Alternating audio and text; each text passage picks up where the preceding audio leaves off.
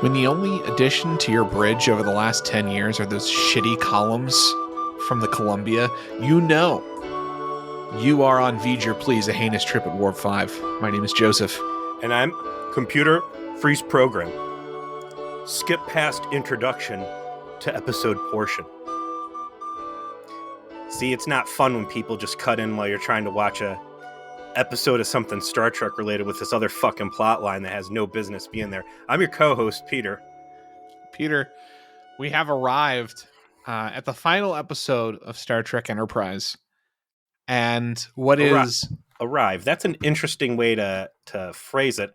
I would say we stepped in a pile of the final episode of Star Trek Enterprise. I'm sorry. Let's stick to your initial assessment, which this is not the real last. I mean, No, it's not. This is the epilogue. The last real episode was last week. Coda. This is season 4, episode 22. First aired the 13th of May, 2005. Arc. Riker and the USS Pegasus, 2 of 2. Yeah. Written by those rascals, Rick Berman, Bran Braga, directed by Alan Croker. What's the name of the episode? You didn't say. These are the Voyagers. Do I even need to say? You know, I knew going in that everybody hated this fucking episode, and I knew that it had something to do with Riker and Troy on the holodeck. Mm-hmm. I was not prepared for how bad this thing was going to be. This is the consensus pick when they do polls. What is the worst Star Trek episode at like a convention? This is the winner right here. This is the guy. This is the one that takes it down pretty much every time. That is absolutely not the case. Yeah, I was about to lay down a hot take. Are you ready? By all means. This might result in the end of V'ger Please. Like, all of our listeners may decide they can no longer tolerate my opinion because of what I'm about to say. This episode was fine. It's not good, but it's not bad. And all you nerds who fucking whine about this thing are wrong. It's not anywhere close. It's not in the neighborhood of the worst episodes of Star Trek. It's not even the worst episode of Enterprise. It's not even the worst episode of season 4 of Enterprise. There it is. I will stand by that. You are going to look me in the eye and tell me that you think Stormfront was better than this. I dare you. Stormfront Part 2. All right, I'm looking at the webcam so I can make eye contact with you. Stormfront Part 2 was better than this. What? Are you fucking kidding me? Here's the deal, right? Are you fucking kidding me? There's Peter, a get couple. the fuck out of here, dude. Dude, there's a couple war crimes. First of all, there's a couple war crimes in this episode. I don't even know if we need to bother with fucking spoiler alerts at this point. Who's listening to us at this point? There's no spoilers for this. Either you've already watched this goddamn thing, or you are just a friend of the show who is humoring us and listening to us bullshit while you're driving to work or whatever, and you're never going to watch an episode of Star Trek Enterprise. The way they kill Trip is an atrocity. I completely agree. That was bullshit. That's Mark 1. Strike 2 is nothing from the Enterprise crew angle feels good.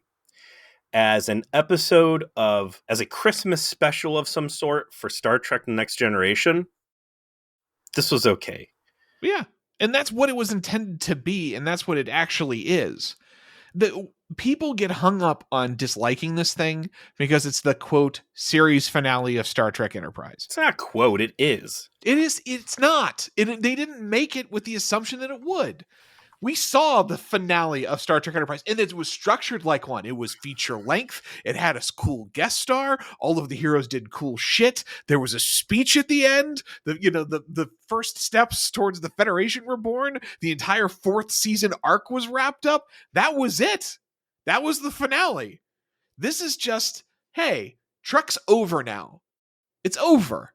And we want to do something that like is a fun coda to Star Trek that brings back, when we were at our peak in season 7 of TNG, and do something fun. And yet I had to sit through Faith of the Heart. All right. This is an Enterprise episode. Don't tell me it's a fucking Christmas romp when I gotta hit the skip intro button on it. If this thing had come out somehow as a short trek on a 10-year anniversary on Star Trek Day or something, maybe I could cut some slack on it. But as an episode of Enterprise, they did the cast of Enterprise incredibly dirty. And in a highly rare turn of events, Memory Alpha actually has decent, shit sitting in it. Oh yeah. This is definitely highly disliked by the cast of Star Trek Enterprise. And even do like not like it. Braga and Berman start off like, oh, this is a Valentine to the fans, blah, blah, blah. And like each subsequent paragraph, it's like them slowly admitting this thing fucking sucked, to the point where they're like, we regret doing this. It should not have happened. And everybody was pissed off at us and blah, blah, blah. Anyways, I will say, I read the same thing, right? And I accept that people hate this. I understand why they do. I don't, like I said, I would say it's the third worst episode of season 4, easily. Third? What?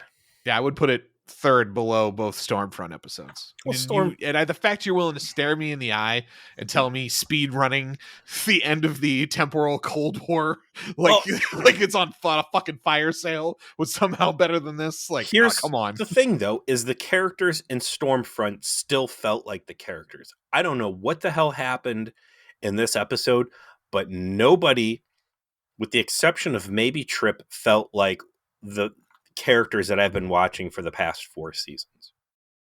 I don't know if everybody's true.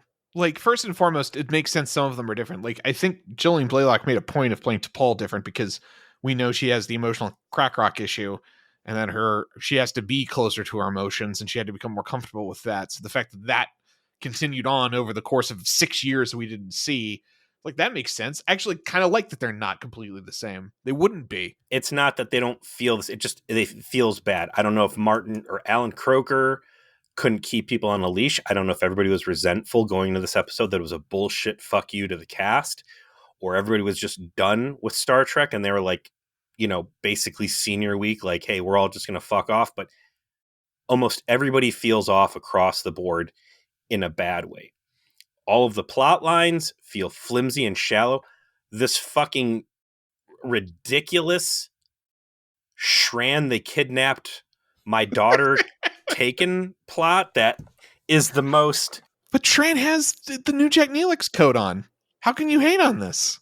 It's the perfect symbiosis of the perfect coat for the perfect man.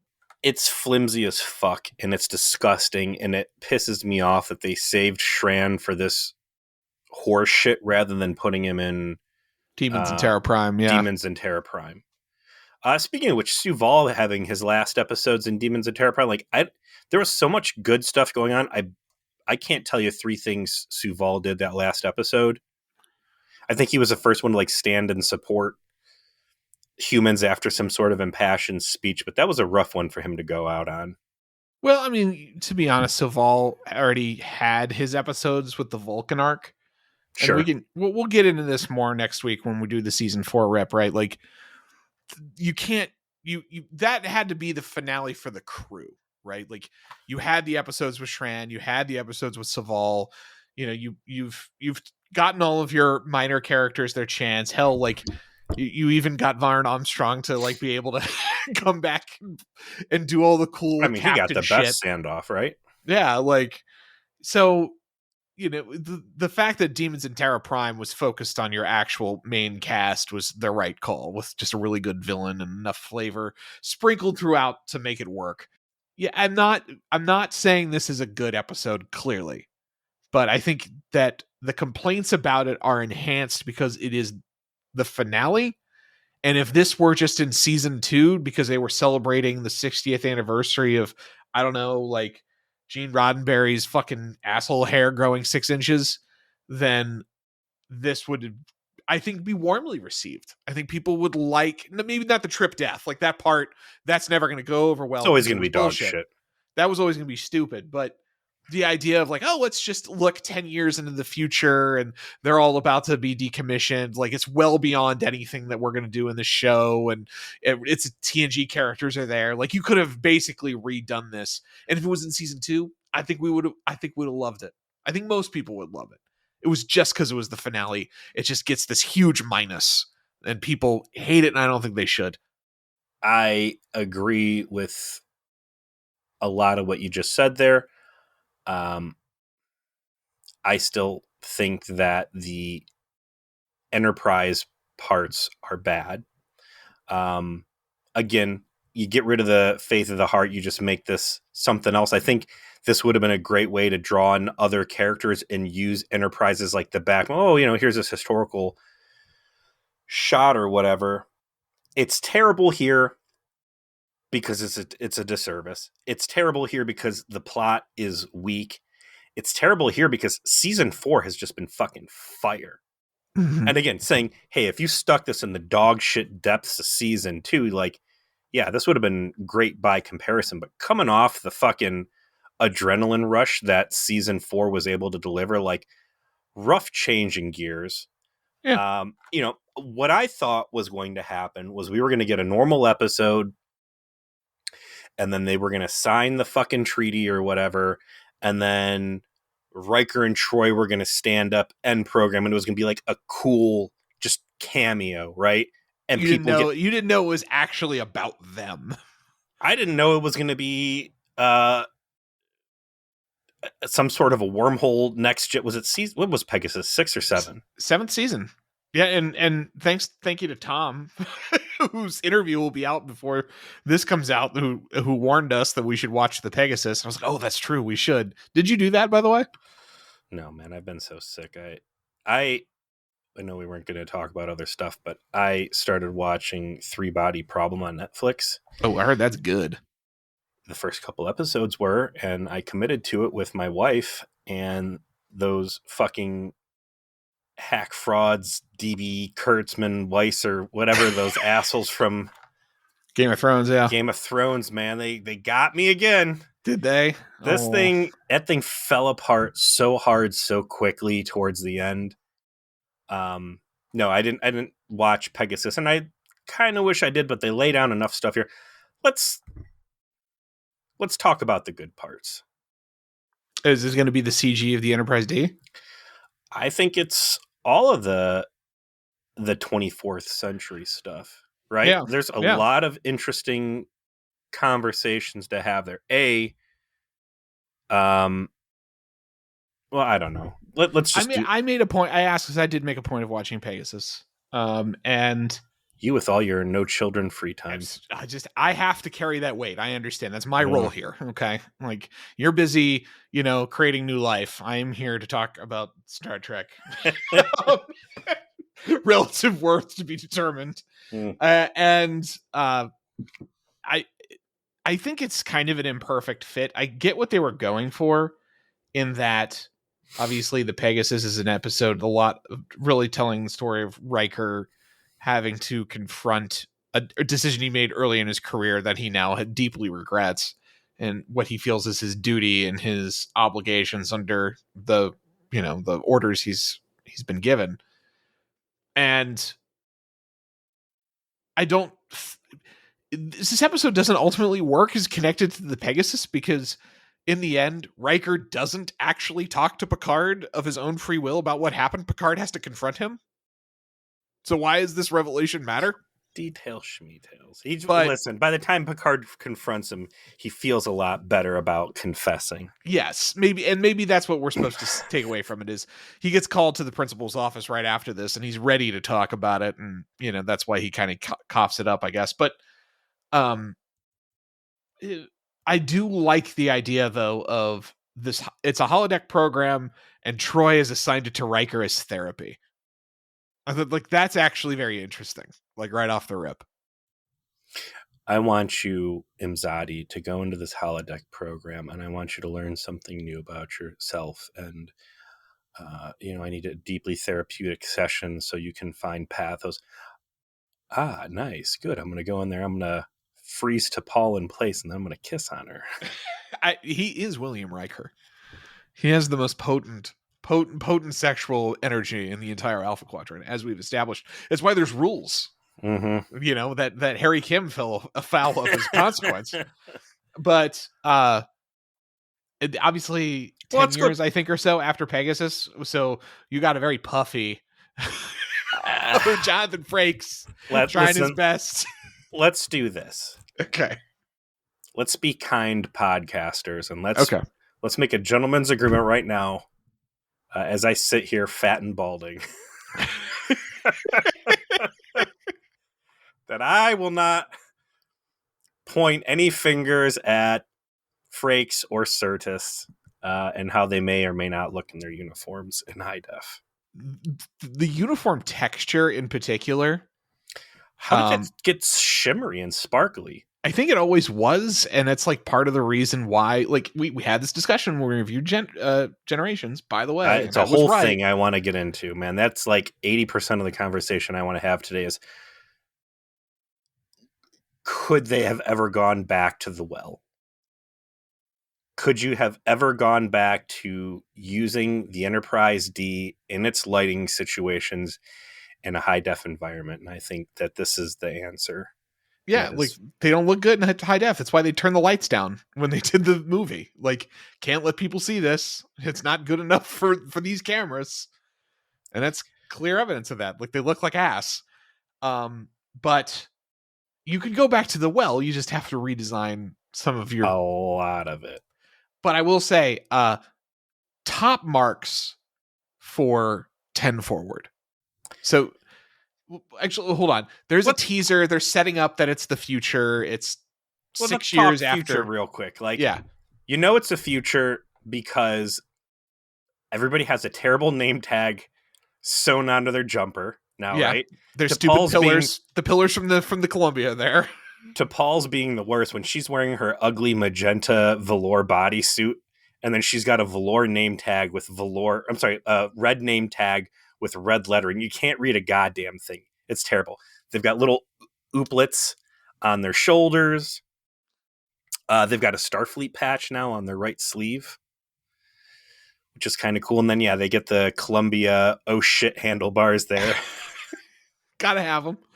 And we are given the information that this is 6 years after Terra Prime, because it's 10 years total since NX-01 was launched. It's heading back to be decommissioned, so this is final ride.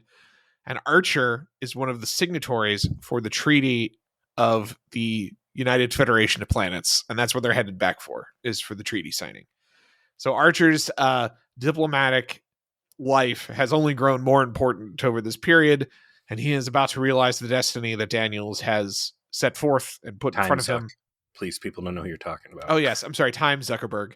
And as all of this discussion is happening and everyone has marginally shittier hair, suddenly it but rolls no gray hairs, man. Like, at least one person needed like the terrible Next Gen season 2 like crinkled up paper bag, like old man wrinkles. Like, just Reed should have been just over the top old man with like a walker or something.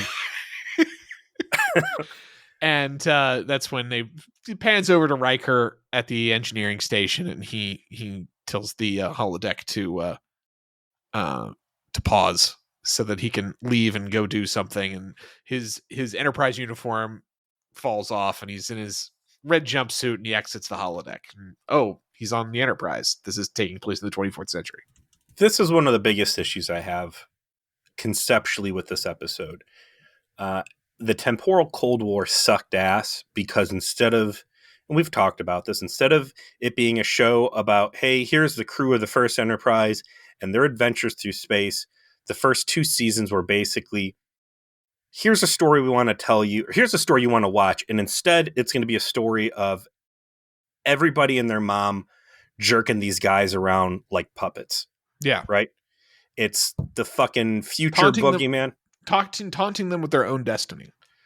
taunting them with their own destiny, jerking them around here, all these unseen strings attached to Archer and the Enterprise and just pulling it off. And you're not watching a show about what these people are doing with free will. You're watching them being forced to react to outside influences far beyond their control, inserting their will upon them. And here is Star Trek inserting another will upon them. It's a William T. Riker. And it's like, okay, even for your last fucking episode, these guys can't just be themselves. They're a they're a holodeck play. And numerous times throughout this episode, I start kind of getting into a scene in the flow, and then it's like computer pause, computer jump forward, computer this, and it's like, just give me the fucking scene, man. I'm not trying to watch someone else watch YouTube skipping around. Like, it's infuriating. And again, maybe you're right. If this was a 25th anniversary thing and I wasn't there to watch an episode of Enterprise, and hey, how cool everybody's doing cameo. Everybody's in the cameo now, right? I wouldn't feel obligated, like, hey, I want a good scene with good pacing. I'd be more into like the Enterprise actors just being puppets dancing around for Riker's amusement, but it's a hard fucking gear to shift into here. Yeah, I mean, I'm reminded of like Living Witness for Voyager, of like another episode that's not really about Voyager at all, you know? But Living Witness was so fucking badass. That episode ruled. Where this did Living not, Witness, in the haze of everything else that's been going on, like, I hope Living Witness was one of our top 5. I'll have to go back to our Voyager rip. I haven't listened to that in a while and see if it was in our top 5. Because that was a fun ass episode. That them fighting in the I hope we mentioned it, yeah. The briefing room and Janeway shooting the TV. That's still vivid in my mind. What's vivid in my mind is when they cut back from the theme song. It's a gorgeous CG rendering of the Enterprise D, and not the first that we're going to see. And it is lucky me that I could see so much big glorious D on my TV within a 1 year span. It's true, yeah. I do not get tired of seeing the Enterprise D, and this is full CGI years later.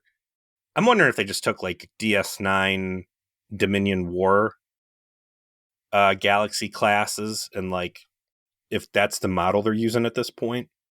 I think that this was probably newly done because even the DS9 ones wouldn't have been high def. Completely stunned by how good all that looks. I was not ready for the level of TNG that this would be. And I'll tell you what, you want to, hey, this is a coda, this is a love letter to the fans, blah, blah, blah. Throw a next gen intro on this thing, and I might have radically different things to say about it. Like, it's amazing what framing would have maybe changed your perspective on.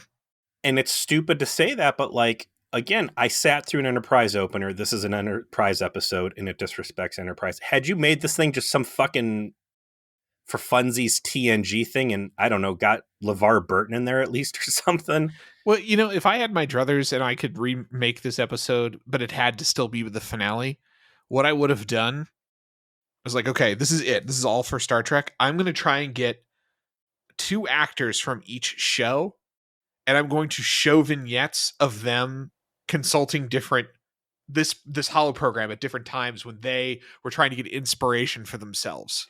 Like, if the idea here, if that you want to set up, is that the NX-01 is the foundational adventure that all of these people that we've seen through all of these shows was inspired by. That the Bible. This is their Bible. Starfleet Bible. This is where it all came from. It all came from Jonathan Archer and the NX-01 getting out there and doing what they did and literally forming the Federation, and then seeing like stuff like, here's Riker and Troy, and they're doing the holodeck because there's a piece of this that they for this, and then that's Kira and Bashir in DS9, and then the holosuite, and they're consulting something, and they're drawing some kind of inspiration off of it, and then it's Harry and Tom. Yes. They're doing, like on Voyager, and then there's something about that they were trying to capture, and that could have been a better version of trying to convey like, no, what we're doing is we're honoring Enterprise because what we're showing is that this was the reason why all of these other people were inspired to be in Starfleet. Instead of just this go use it as therapy. I think maybe that would have worked You're better. telling me you couldn't have got Walter Koenig for 5 seconds on screen consulting with the computer? Like, you could. There's a lot of cheap people to get in all of those other properties. Yeah. And what you just said right there is magic and would have made the entire thing feel radically different. Braga and Berman were out of touch. They were burned the fuck out. They should have never went anywhere back near scripts. And I think if they would have went to Manny Coto and said, here's a rough idea, make it happen, I think you very well might have been able to get something very similar. They took this thing and they did it the worst way possible. Period.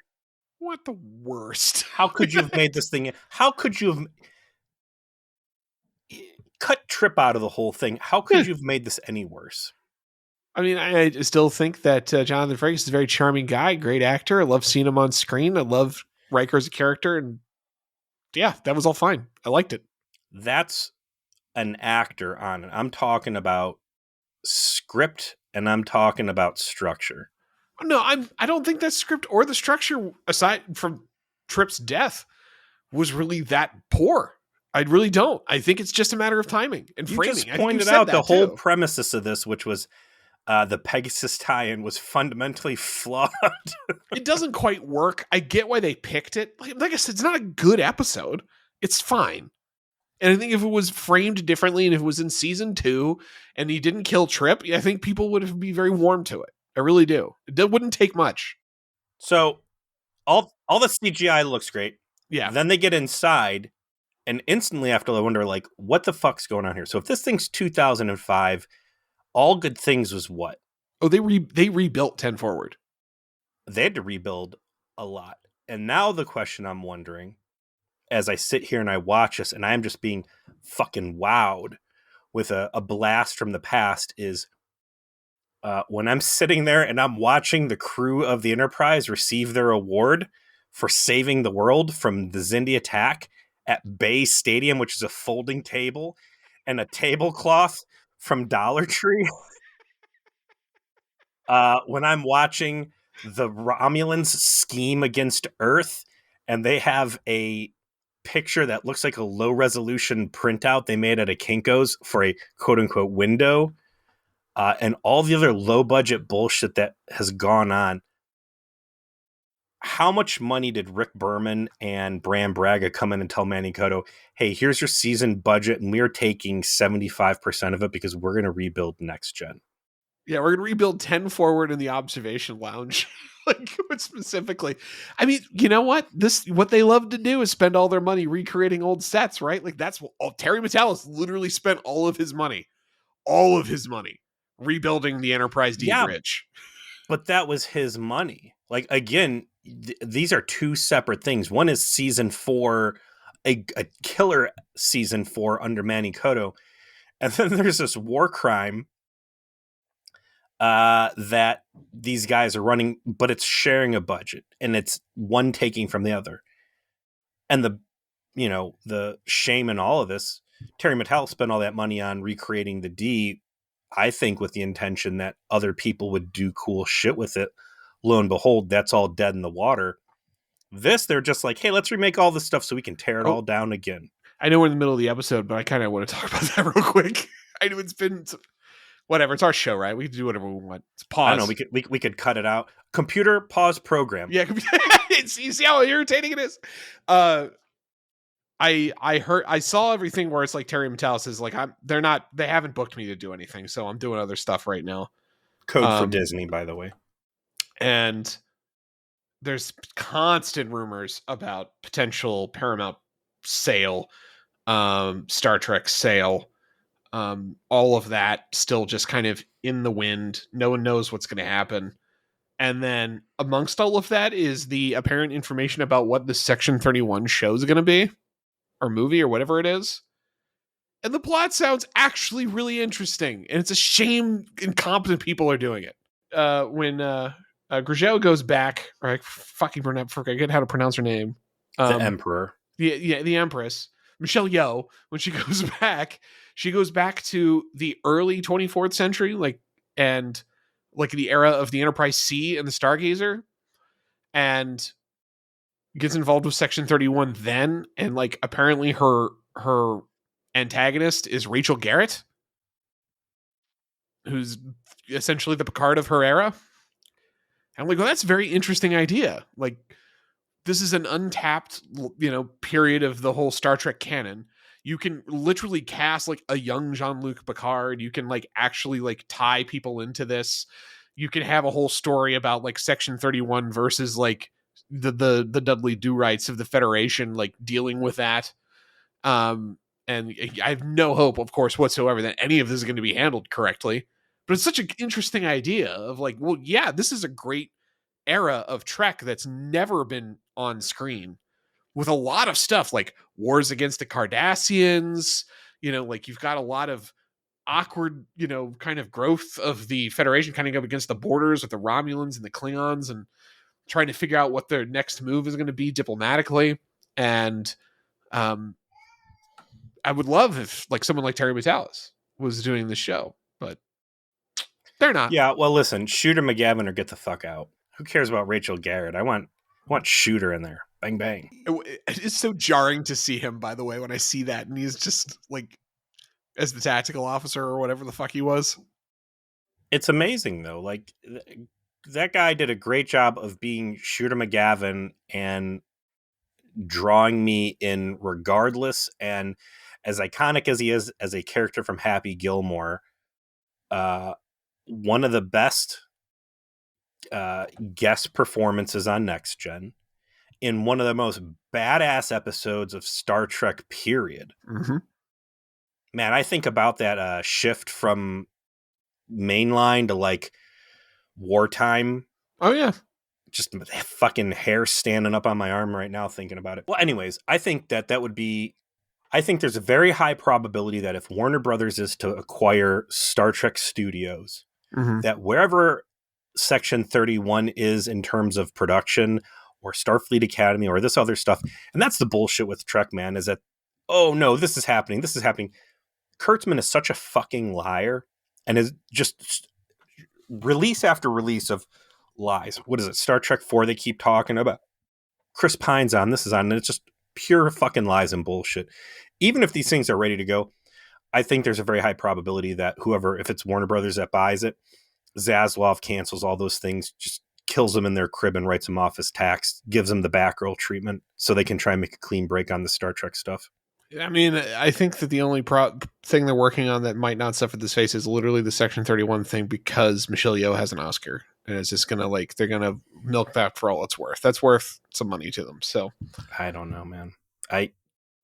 What I do know is I love 10 Forward. I love revisiting 10 Forward. I love that they busted out all of the old looking uniforms, and it just looks like it's straight out of 1989, man. I appreciate the effort they went into designing it. But on 10 Forward, as we're a half hour into the episode, we should actually talk a little bit about it. You've got Deanna talking to Will, saying, how you doing with this program? We got the log from Riker saying this is happening during Pegasus. Pressman's on the ship. He's not feeling real good about it. We know why that is. And Troy's trying to convince him to do the program as a therapeutic thing, and suggests, of course, that he spend some time as the chef, because the chef was the early counselor on the vessel. In this corridor shot, when they get to the turbo lift, by the way, the fresh-faced young ensign that comes out is, in fact, Terry Matalas, by the way. Wait, when? When Troy goes to the elevator and it opens and this young-looking lad comes out, it's Terry Matalas. I missed that. A lot of that in this episode. A lot of everybody who's involved in production being extras and being on screen, apparently. That's where he was. David Anderson getting right up there behind him on 10 Forward, and that dude's just a consistent that guy throughout the entire thing. There's a lot of cool shit like that all throughout this episode. And that's neat as its own thing.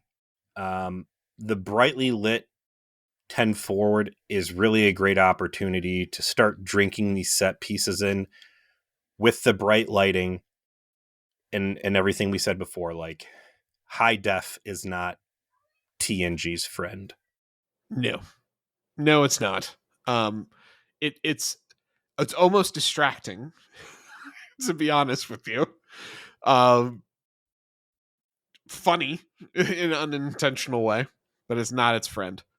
The plot, such as it is, actually on the NX-01 that Riker is watching a holographic recreation of, continues on when they encounter Shran, who we find out apparently a whole bunch of shit happens to in this 6-year period, including that they thought he was dead, but it turns out he was not dead, and he kind of maybe had a criminal arc. But the reason he's there is that Archer still owes him a favor, and he wants to rescue his adorable baby. So, if I'm remembering correctly, the names being used here, does he end up marrying the Anar? Yep, that's why also his daughter kind of looks like she has the skin of the Anar. So yeah, the daughter's 5, so the time kind of works out. Big disservice to the Shran character. This whole plot line is hokey and shitty. It feels two-dimensional and dumb, and basically, again, throw this episode into season 2, and that's all par for the course. But after the smart, top-notch writing that's been handling Shran for season 3 and season 4, this is such a massive step backwards in intelligence. They could have done a rescue the kid thing. We should have just had it been that Shran came to him off the books and said, listen, I can't have anyone knowing about this because I'm busy trying to integrate the Andorian Imperial Guard with, the Vulcan space fleet and the Earth Command. And, if it comes out that like I had this past and these guys have kidnapped my daughter, then might all get blown up. So it like ties into the plot of him, Archer, still trying to make sure this whole Federation thing happens. Like, I mean, you could have basically done the same thing. Here's what I need. All right, all right. I'm tapping the bro card. There's this fucking admiral. He's gonna fuck everything up. This guy's been a piece of shit. He's the one that made me attack you. He wanted the weapon to use the Xindi weapon against Vulcan. This guy is gonna do some terrorist shit to derail things from our end. He needs to go. I've got the blessing of my government, but it can't be our ships taking him out. And here, we're going to go do most of what's going to happen anyways. But instead of it being space drug dealers kidnapping my daughter or whatever, when did Taken come out? After this. You sure? I think that was 08, 09, yeah. 2008. Yeah, got him. Who did this? Who stole the plot of Taken from these are the voyages? I mean, I don't mind the idea that like, there's been a lot of plot and like Shran's done a lot of stuff, and I also don't mind that like we've can canonically acknowledge that he had a kid with this lady that he hooked up with. That it we is know. A terrible plot. He looks like where's the coat though? He puts on the exact new Jack Neelix coat, straight off the Paramount rack. Respect the coat. Sit your $5 ass down before I make change. It's a shame this coat had to come out of fucking cold storage for this clowny ass episode. A million ways you could have handled it better. I did like, however, that while Shran's laying down what the plan is in Archer's ready room, that Riker's sitting on the dinner potty, just soaking it all in. Yeah, it's like, give it to me. I've always wanted to sit on the dinner potty. Porthos. Not only does nobody on the crew have silver hairs, Porthos is still alive, so... Listen, genetic engineering is not allowed for humans, but it is allowed for good boys. We're making that beagle live 30 years now. Augmented beagles. Yes. They won't bark. That's why they forever. don't bark, yeah. Just made them in the perfect... There's always that dark side of, augmenting, and for this dog, it's just terrible diarrhea with the cheese. But I do like that they use the opportunity for like, hey, no, I'm gonna help Shran, even though this is kind of shady. Why? Well, because Earth would have been destroyed. To Paul, duh, you were there. I only got on that damn fucking OSHA violation in space because Shran covered us. Shran didn't just save Earth, he saved the entire fucking universe. Again, as you've pointed out, with fucking Vulcan and everything else. Her putting up the level of resistance that she does was jarring. That felt very Voyager to me. Like, hey, I'm falling out of my fucking thing and going back into my pre-development loop. I do like, however, Archer snapping back at her and being like, I fucking hated Vulcans. I hated you. I had to learn to grow past it. You showed me how to do it, and that's what Shran is. We have to help him. Again, I mean, it's very flattering for Archer. Like, this is like the great version of Archer. Mm-hmm. Like Shran's such a good friend that we are going to go to a neutral planet, and I am going to bring very elite military guys from our planet, and we're going to go murder people that he potentially stole from. Not just any planet, but Rigel 10, which is, of course, where they went on Broken Bow. So, yeah. Closing the loop. 100% less Suliban hotties. Definitely less Suliban hotties making out with them. By the way, something that we got to make sure we talk about during our series rip was this show ruined by one scene in the premiere? I've seen a lot of people talk about how, like, I didn't watch it after the decon scene. That's an open and close, yes. Yeah. I want to explore that more. But like also like the Suliban hottie, like it was so sexual for no reason. Like it just shoved it down your throat. Return of the Living Dead 2 lady. What's her name? Rochelle something, I think. I like her a lot. Her being the femme fatale alien, might be something interesting. It's a shame they killed her. I would have liked to see her be a reoccurring character of some sort, but yeah. I was thinking how much money they spent, what the tone was, specifically in relationship to that decon scene, and just what a misrepresentation a lot of that was for what the show ended up being. Yeah. Yeah, it was really just to titillate people and get them interested on that raw. We got to stop. Take. That's going to be a whole thing we're going to have to explore. So it's cool that they go back to Rigel, though, right? Yeah. No, I like the idea of them kind of finishing where they started, and the plan here is apparently that this gem is actually like a flashbang grenade. And this comically big, looks like they bought it from some sort of some Spencer's gift shit right here, and some Temu.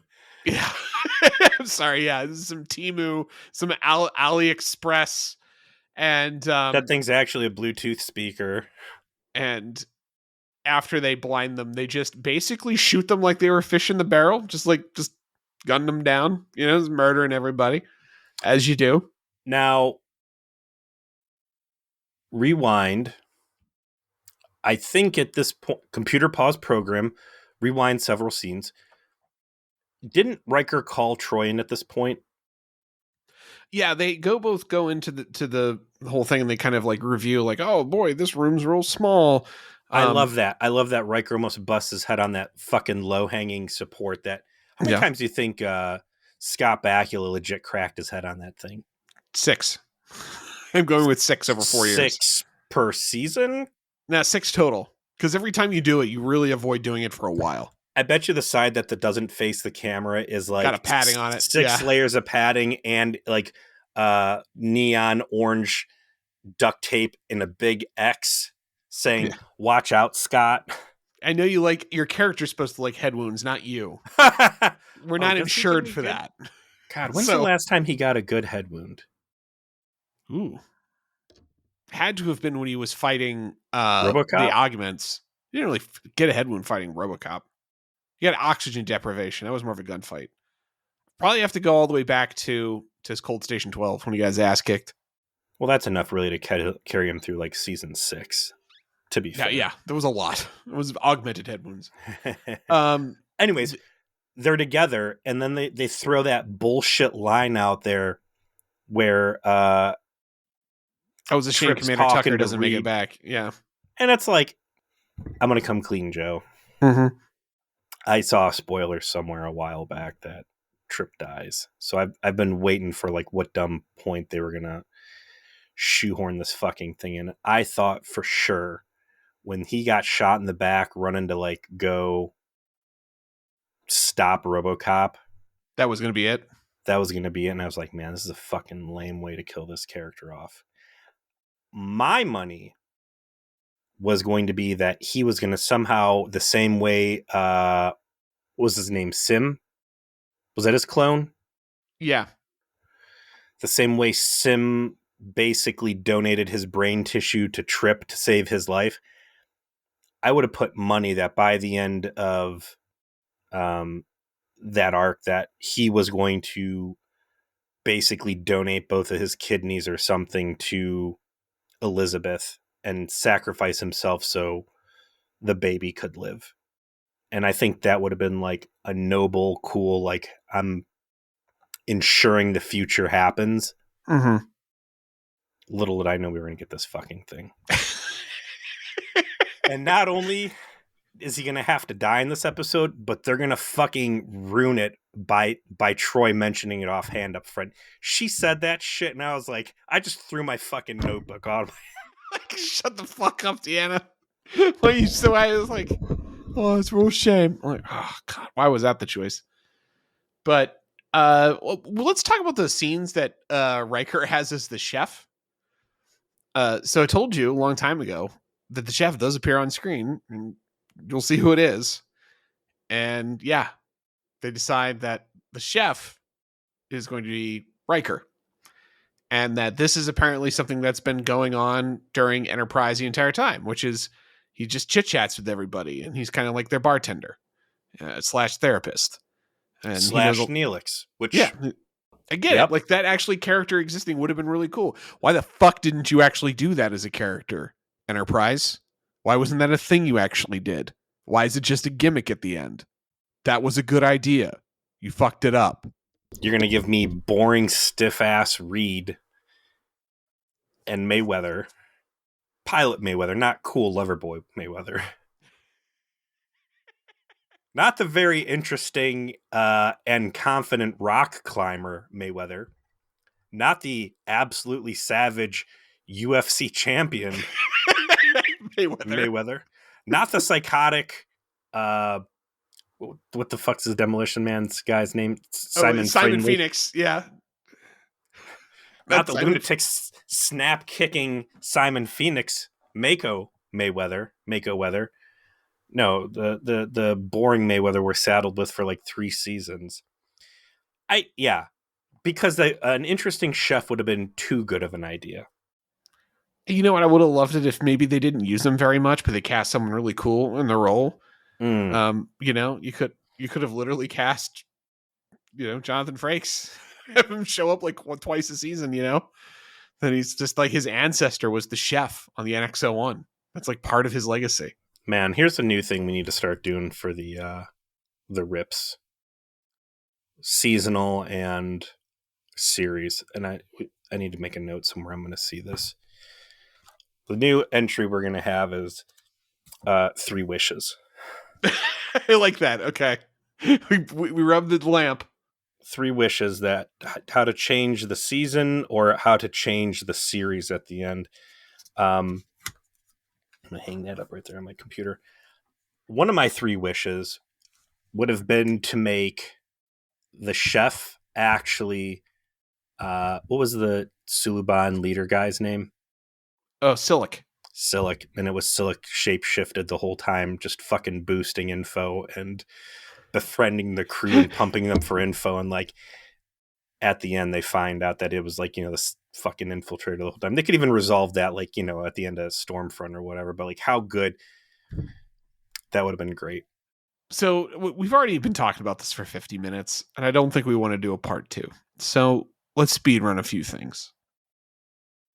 The Enterprise D stuff continues with eventually them and they're in the observation lounge.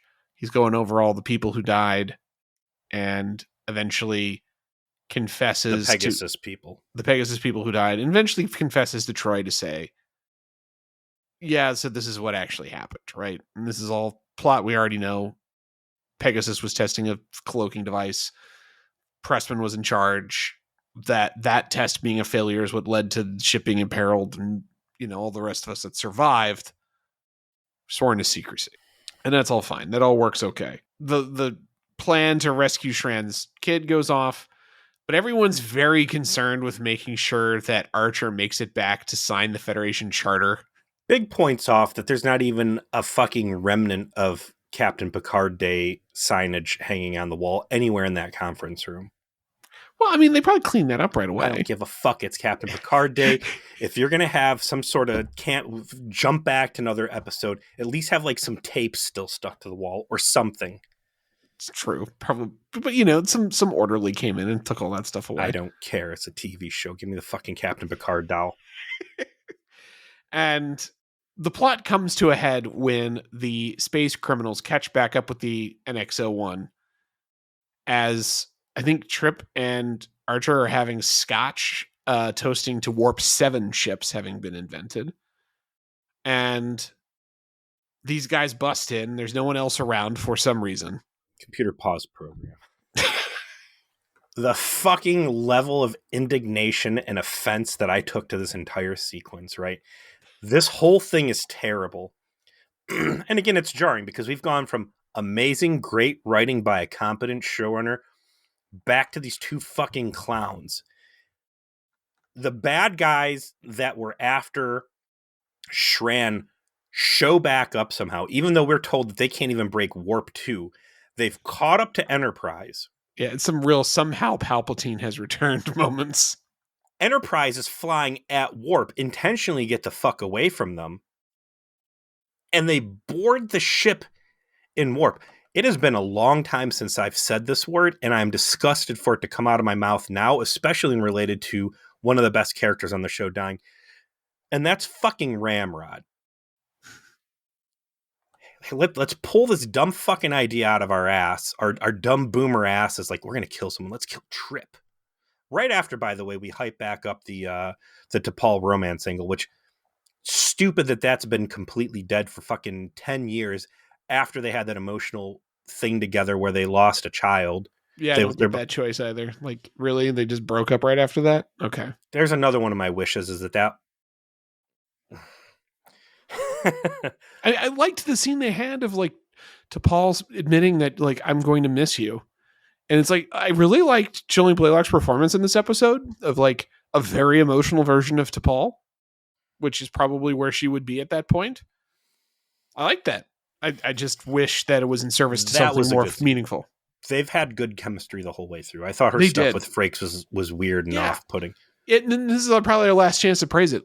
Good on Connor Trinneer and Jillian Blaylock having good chemistry on screen, because we've seen what it looks like when people don't, and it makes such a difference. It makes romance so much more enjoyable to watch when people seem to actually like each other. It's crazy. I can only give you one example of bad romance, minus Will Wheaton and fucking Ashley Judd or whatever that was. And even that was head and shoulders above. Because Ashley Judd's just so charming, like just surpassed Will Wheaton's abilities. Yeah, they sold well. But yeah, we've got an enemy ship flying up undetected, docking with Enterprise, and getting into the ship. I'm going to call that a Bran Braga. This is a Bran Rod. This is a Bran Rod. Yeah, I like this. They get in.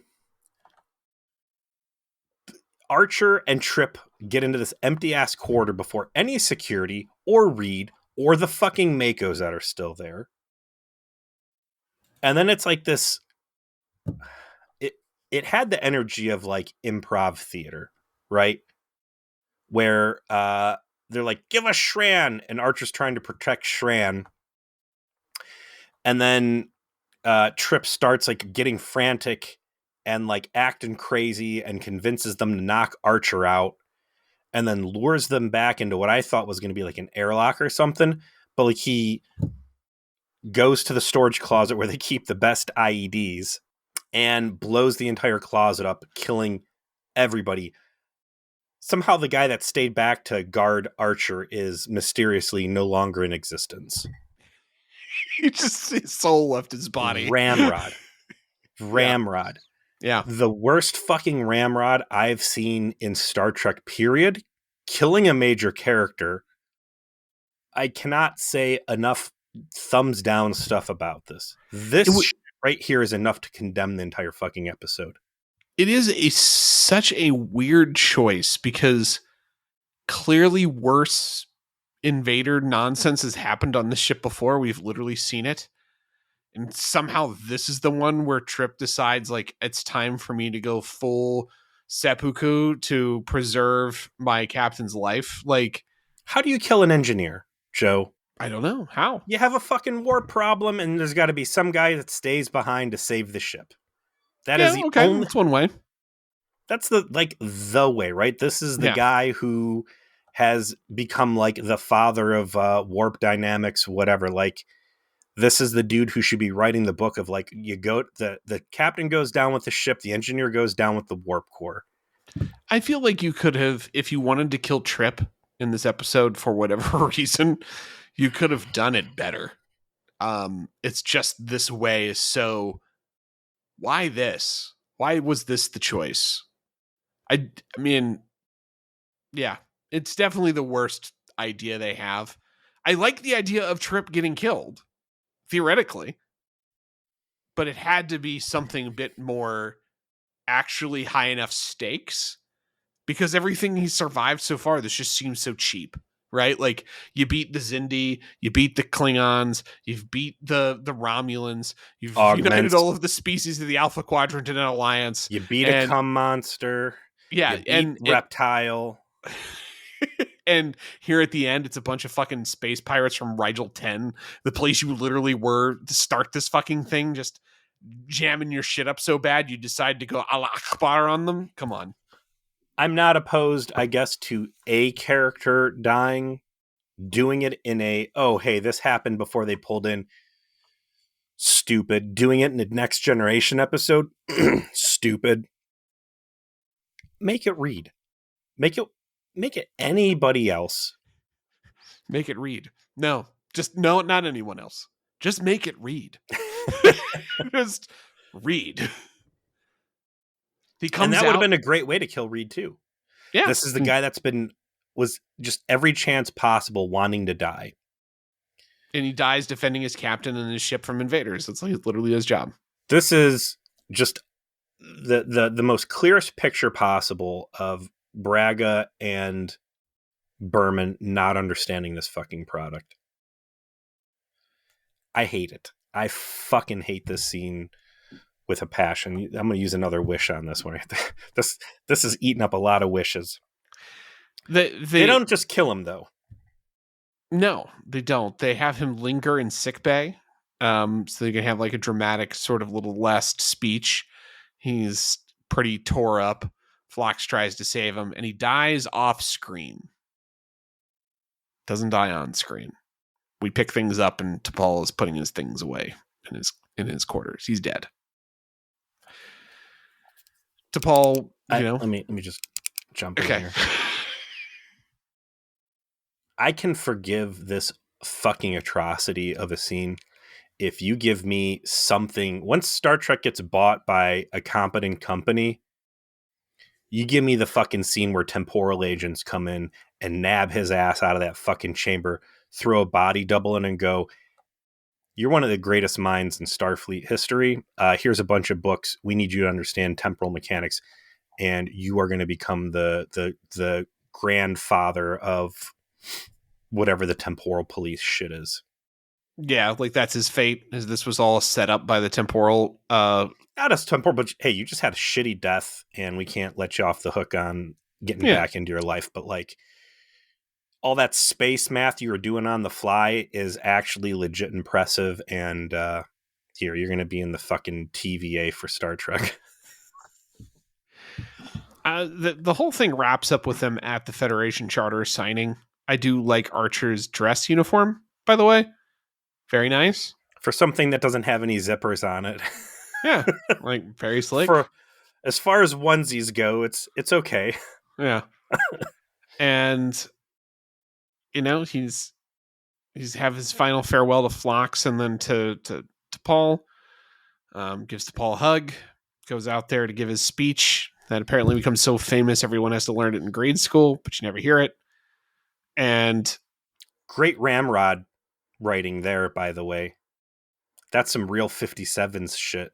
Or no, 37s. Yeah, we're not. Great The speech. speech is this huge part of this. Write this speech. Write this speech. I got to write this speech, and he writes it. And it's the most famous speech ever, and you don't hear a word of it. Oh, we're so happy we all got to hear the speech. I hope nobody out there didn't get to hear the speech. I do like when it's time for him to go out there. They have a bald security guy come in, and that's like the smoldering catcher moment where it's like, all right, buddy, you've been with us 4 seasons. You get to talk now. Here's your 3 words. Enjoy your pay bump. There's that bonus for you. Just for you, pal. A little extra on that last check. Speaking of checks, when they finally, Riker pulls Trip in for his little interview to see what he wants to eat. How is it that he frames it? Oh, yeah, I trust Archer implicitly, and I don't just mean trust him like I trust him not to hurt me, or I trust him not to steal my money. That stood out, so they're still using cash over there. It makes sense, right? Like sure, there was no lack of scarcity quite yet. Yeah, there's a scene where after he's dead, they were like, he goes back to an earlier save state so we can talk to him, like before they meet with Shran. I did like actually the background you get about Trip as everyone comes in to talk to Chef about him. With like, he didn't go to college. He learned how to do engineering working on boats. And then Hoshi wanted to fuck him. Yeah, Hoshi thought Reed he was calls cute. him a hick. She doesn't say he's cute. She said, I'd sleep with him, I think. This might be Mirror Universe Hoshi. I don't know. Yeah. Reed thought he was a hick. That he wouldn't make it. Phlox talks about when he tried to order him to take to sleep. And he negotiated. So there's a lot of fun, like, Trip content. I just like the idea that he was a Florida hick that didn't go to college and learn how to do warp engineering, starting by working on boats. Riker's supposed to be wrestling with, this big moral dilemma about all these people he got stuck in rocks. And instead he's over there asking Hoshi if she'd let Trip put it in. He's got his eye on the ball. His balls going near women. Yep. So yeah. That's it. That's the episode. And it wraps. Yeah. It wraps up with, Riker having committed to, I'm going to talk to Picard. They leave and we get a nice, one of those classic exits where we're going to divide up the speech lines between all the different captains of the Enterprises. And you start with Picard and go to Kirk and then in with Archer and take us into the Starfield. And that's it. And even that's a slap in the face because you're going to say this is a love letter to the fans and this and that. And it's like, as someone who just sat through all of Voyager, and I know DS9's out there, you're going to completely cut 2 other shows that went 7 seasons from being included in this. Well, they specifically, it was the Enterprise. You can say that, but at the same time, this is supposed to be all of it. This is supposed to be all the Star Trek. So again, they shit the bed on that one too. Well, I would ask what we're going to watch next week, but that's it. We've reached the end. We've seen all of Star Trek Enterprise. So there's only one and then 2 things to do, which is to rip it up. So we're going to do our season 4 rip next week. Because season 4 definitely deserves its own discussion separate from everything else. There's a lot to go over just there. And then we will have our Enterprise series rip the next week. I know we talked about possibly doing that live. I don't think there's a lot of folks who would be interested in watching live because we just have a very scattered audience.